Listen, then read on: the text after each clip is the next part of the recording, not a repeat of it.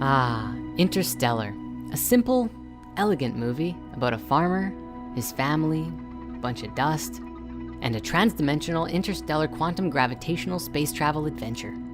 Seriously. So the basis of this movie is that in the future, the Earth has become a global dust bowl due to humanity being excessive. It's largely a commentary on monoculture farming, which we've explored in our food series.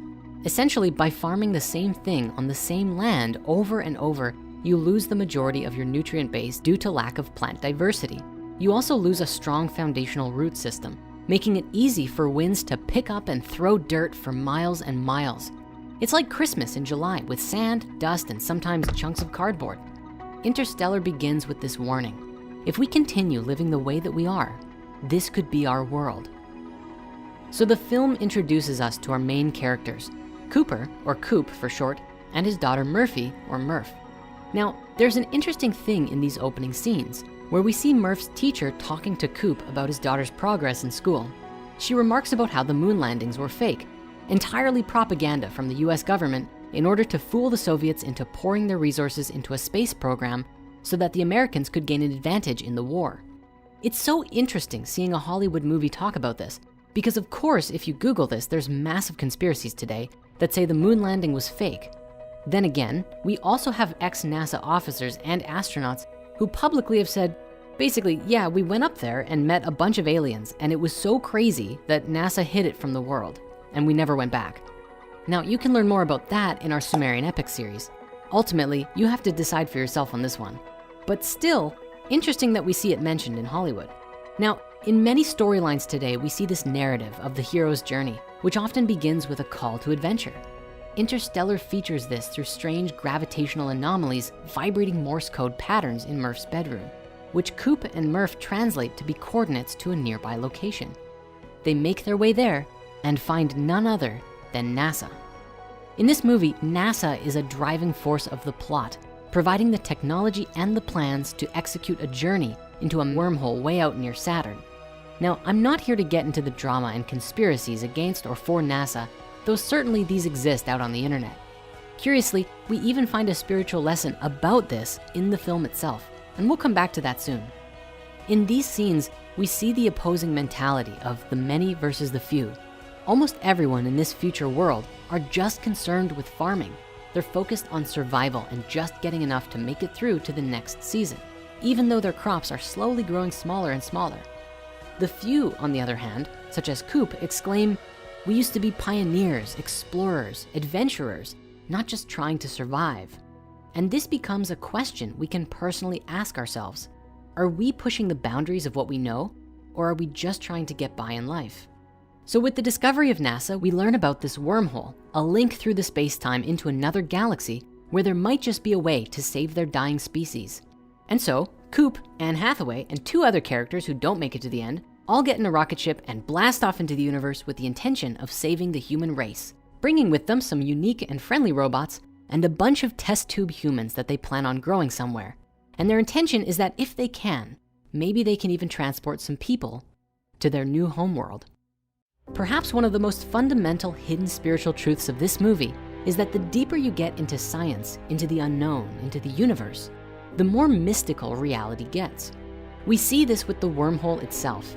What's amazing about this wormhole is that it was actually produced using the mathematics of an actual wormhole according to general relativity. The visual effects artists worked with renowned physicist Kip Thorne and used a mathematical representation of a massive black hole, and they plugged it into their VFX generator, and this is what it turned into. They even produced a scientific paper about it. So this is an actual wormhole simulation and not just a fancy visual effect. Now, maybe this is just me, but watching the sequence of going through the wormhole felt to me like my mind was expanding, like reality was actually being stretched, like more was possible than it was before. It feels to me like this was almost an encoded message for the audience watching the movie, implanting within us this idea of what it looks and feels like to actually perceive space-time differently, getting us ready for our own transcendent evolution of consciousness, which is the underlying subplot of the movie. Now, on the other side of the wormhole, they have these 3 planets to visit in hopes of finding a new home for the human race. Their first guest takes them on a short trip to Waterworld, where they go surfing and chilling in shallow tide for the equivalent time of 23 Earth years. It doesn't go so well, and when they finally return to their ship, they're limited on fuel. So then there's this moment where they have to make a decision on which of the 2 planets to visit next, and they better pick well. It's at this point revealed that Dr. Hathaway is in love with one of the astronauts on one of the nearby worlds, Dr. Edmund. And there's this very rousing speech from her about following our hearts, that love is powerful. It has to mean something. Love is the only thing we're capable of perceiving that can transcend the dimensions of time and space. Honestly, it's an overall very moving and emotional scene. It might even make you cry. And now this is Hollywood. So of course, the man immediately takes control of the situation and steers directly towards the other guy, the legendary, the one, the only Dr. Mann. Now I give him a little hype just now because this is how Dr. Mann is portrayed in the film. He is a legend, the best of the best. He was the one who brought everyone together and made this mission possible. And then, well, this happened. I'm sorry. Because I want to save all of us. For you, Cooper. Dr. Mann is a personification of the average human consciousness and our ego. I mean, his name is literally man. He is the one who could create miraculous things, but watch how quickly that personality can turn when it is filled with fear, dread, and isolation. This is what happened with Dr. Mann. He was isolated, stranded alone on a frozen planet with nobody else for the rest of his eternity. The last time he went into cryosleep, he didn't even set a wake-up time. This isolation and the fear of not surviving caused him to lie, caused him to send an alert to the other astronauts to come to his planet because it was the one. It caused him to betray his comrades, and in arrogant defiance of the truth, even got himself killed. A valuable lesson for all of us. We must not arrogantly defy the truth, or we will suffer horrific karmic repercussions.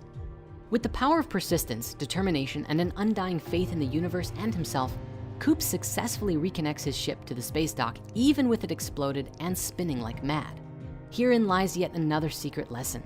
If we set our hearts upon doing something and we do it well, there's nothing we can't accomplish. Okay, let's take a pause for a moment and reflect briefly on the events back on Earth. Over the course of the film, it's revealed that the head of NASA has actually been lying.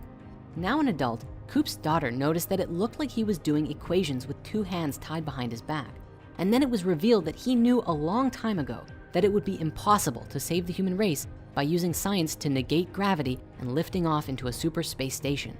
He just couldn't reconcile quantum mechanics and general relativity, but he convinced everyone that it was possible and that he was working on it so that people would work on the technology and carry out the mission.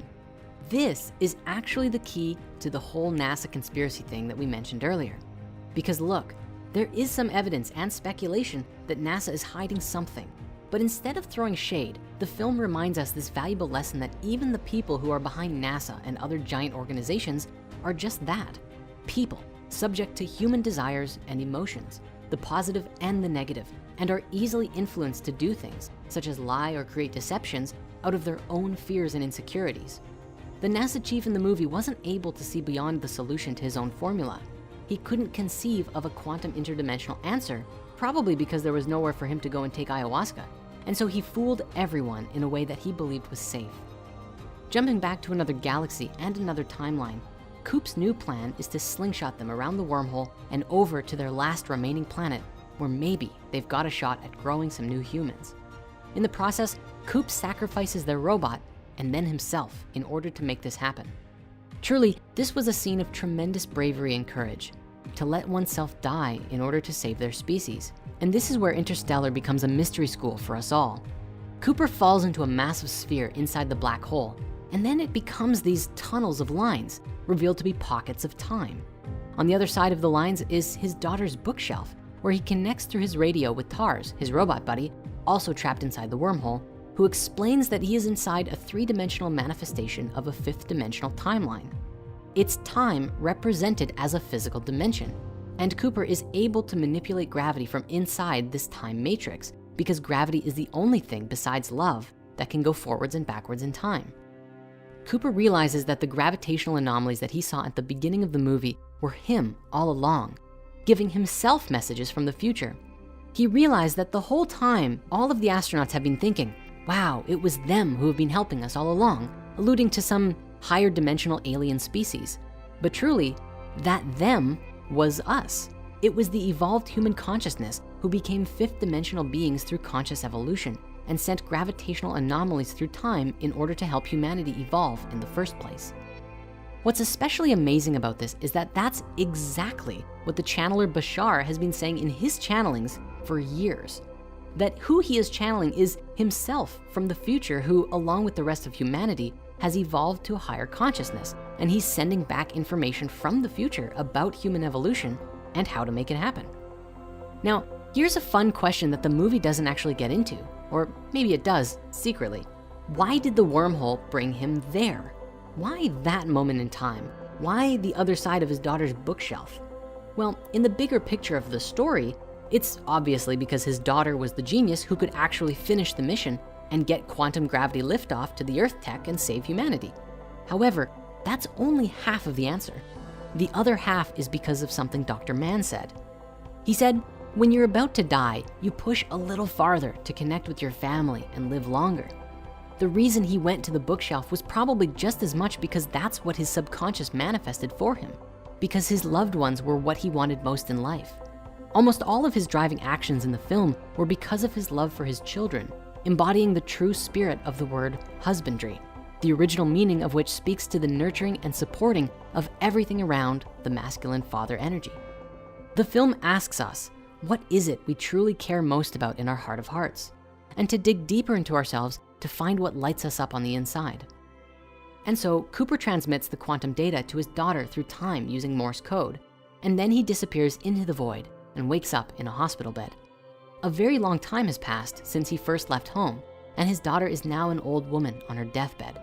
But Plan A is now fulfilled. Using the data Cooper was able to send through the wormhole, young Murph was able to solve the gravitational propulsion problem to get Plan A and the massive space station where Cooper awakens out into space. In an absolutely heart-shattering scene, she tells him to leave her. She'll be with her new family now, and that he should go and be with Anne Hathaway and start a new life on a new planet and raise a new generation of humans. And so that's what Cooper does, bringing this film to an end. But the hidden spiritual meaning here goes on. The foundational message of Interstellar is not what most people think. The greatest idea conveyed here is that of human evolution, that one day we will evolve into a higher dimensional species capable of perceiving time differently, fundamentally different than the way we do today. However, it will take us some time to get there, and it's up to us to make it happen. Interstellar warns us, we have to learn the lessons of caring and nurturing for each other and our world if we want to have a world to live on at all.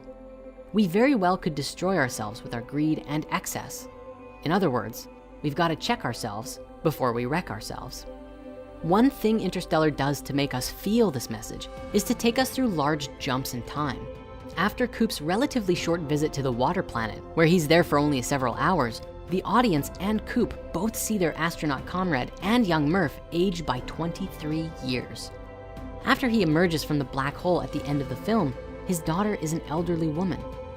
These events show us viscerally that time is always passing and compels the audience to make the most of the time that we have, and shows us the deep pain of missing out if we don't seize the day every day. But there is an even deeper message from this, because even if humanity destroys itself, even if we're pushed to the brink of destruction, we can always find our way back. All that it takes is unshakable faith, love, and determination to see it through and to do the things that are both scary and exciting. So get out there and evolve into a multidimensional being. If you like this episode and want to see more, make sure to like, comment, and subscribe. And please let us know what else you'd like to see a hidden spirituality about, and we'll make sure to cover it soon. Peace out and lots of love.